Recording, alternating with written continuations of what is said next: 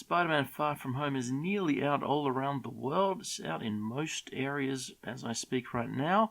I won't go into any spoilers for the film itself in this review, but I will talk a little bit about some Endgame spoilers. So hopefully you've probably already seen Avengers Endgame, or we're going to see it if you're going to see Spider-Man. But there's just a few little things I'll probably talk about that would spoil Avengers Endgame if you hadn't seen that. So be aware, no spoilers for the Spider-Man film, but probably a few little spoilers for Endgame. In the previous Spider-Man movie, Spider-Man Homecoming, there was a fair bit of interaction between Tony Stark, or Iron Man, and Spider-Man, and I thought those scenes were about the best part of the film. I did enjoy Spider-Man Homecoming, but the better parts of the film I thought were where Tony Stark was involved in. Obviously, once again, spoilers from Endgame, he's dead, so we haven't got Iron Man in this movie. We don't have that kind of interaction, so from that point of view, I think this movie just suffers a little bit because, again, the things I thought were the better parts of the previous film, they don't exist anymore. There is no Tony Stark, and I think that is just a little bit of a letdown in the movie in general terms. Now, putting that aside, I think this movie overall was better than Spider-Man Homecoming. I do like Spider-Man Homecoming, and again, I think this film's just a little bit better. It is missing the better parts, or perhaps the best parts of Homecoming. It doesn't have Tony Stark in there. But even without that, I think the film generally is overall a better film. The very start of the film has Whitney Houston's I Will Always Love You playing, and I thought that was just a terrible way to start off a Spider-Man movie, but I was wrong. It completely works. They know what they're doing, but for the first, 20 seconds, 30 seconds, I thought, oh, someone's made a horrible mistake thinking this is a good way to start the movie. But I think it did work out pretty well. And just another little side note, the end music they picked this time was the Go-Go's Vacation. I think the previous film they had Blitzkrieg Bop from the Ramones, so going with a kind of retro soundtrack again with the credits. And another little note, again, I won't spoil anything, there are 2 end-of-credits scenes, so you certainly want to stick around for them, and they're pretty good, so they're not just nothing's really happening here.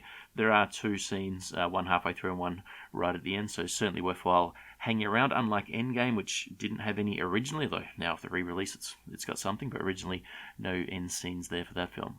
From the start of the movie and scattered out a little bit throughout it, they do try to address the issues with the snap from Endgame, whereby 5 years ago Thanos destroyed half the people, they all disappeared, and then 5 years later, throughout the events of Endgame, all of the people were brought back into existence. But you've got a 5-year difference there, and a lot of people, weren't around anymore, so people have shifted houses and claimed things and so on, so that's just addressed a little bit, but I'm actually left not understanding it as well as the way I thought in which it worked. So they've got some people from their high school who weren't snapped away, so they've aged 5 years, which they should have, but they're still going to high school.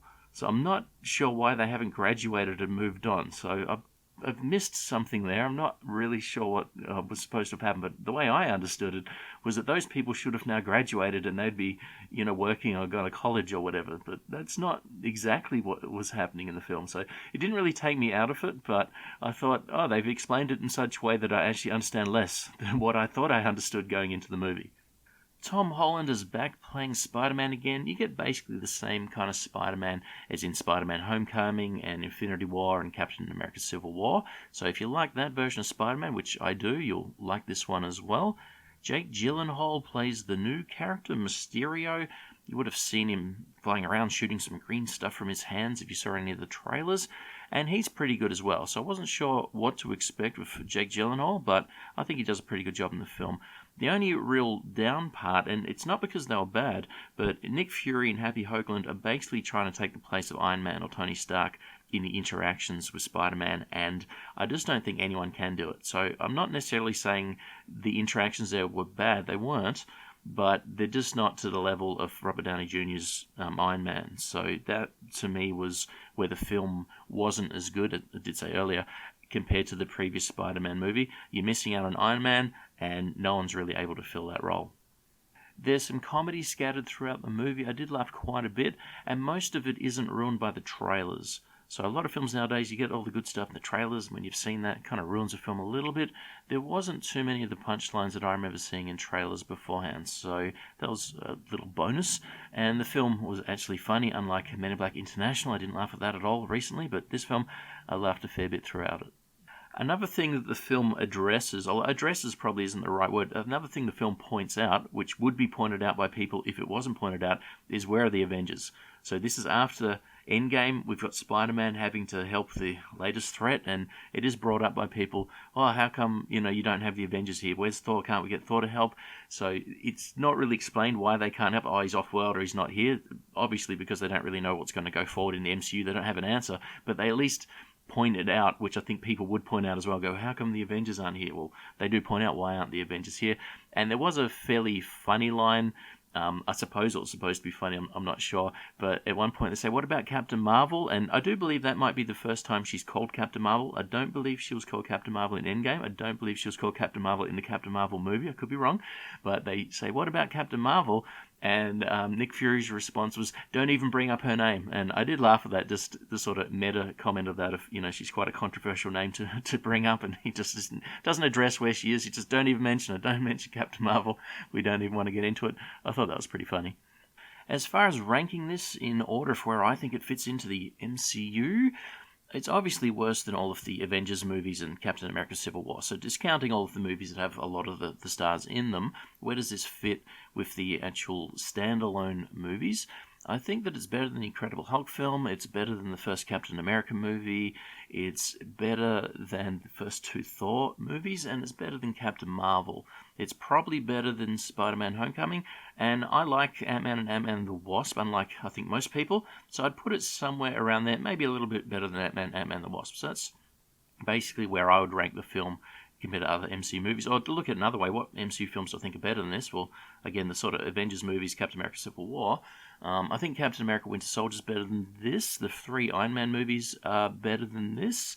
Doctor Strange is not better than this. I don't think I mentioned Doctor Strange before, so Doctor Strange I think is not as good as this movie. And Thor Ragnarok is better than this. So that's roughly where I'd put it. So maybe that's around about the middle, perhaps, if we include even all of the Avengers movies. That's where I personally think the film falls in compared to the other MCU films. So in summary, you've got basically more of the same here. If you don't like Tom Holland playing Spider-Man in the previous movie or in the other Avengers films, there's not really anything here I could recommend for the movie. So I don't think there's anything extra to say, okay, you don't like the main guy, but there's these other things you should check out. I don't think so. So if you don't like the other Spider-Man, don't see this movie. If you like the other Spider-Man, it's more of the same. So you'll probably like this film. And it's definitely worthwhile checking out to see the two end of credit scenes, which I will not spoil here, but I would like to talk about. They were quite interesting. Thanks for listening, and I'll catch you next time.